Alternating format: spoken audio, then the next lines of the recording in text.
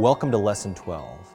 Now that you know how to ring a simple peal with all three groups of bells, we're going to expand your repertoire of right hand patterns. Except now we're not going to call them patterns, we're going to start referring to these as motifs. A motif in music theory is like an atom. It's the smallest independent particle or building block from which larger compositions are created. For us as church bell ringers, there's a relatively limited library of right-hand motifs that are used in order to keep our ringing sounding churchly.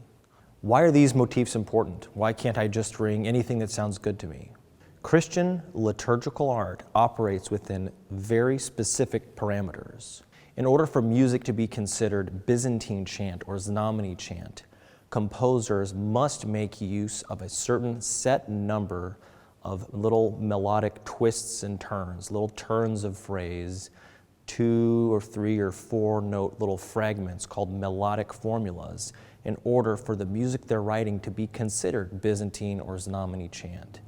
In the same way, iconographers must adhere to a certain canon, certain style of portraying different events in the life of Christ, like the Ascension or the Nativity, use a certain kind of color palette in order for their iconography to be considered appropriate for use in church.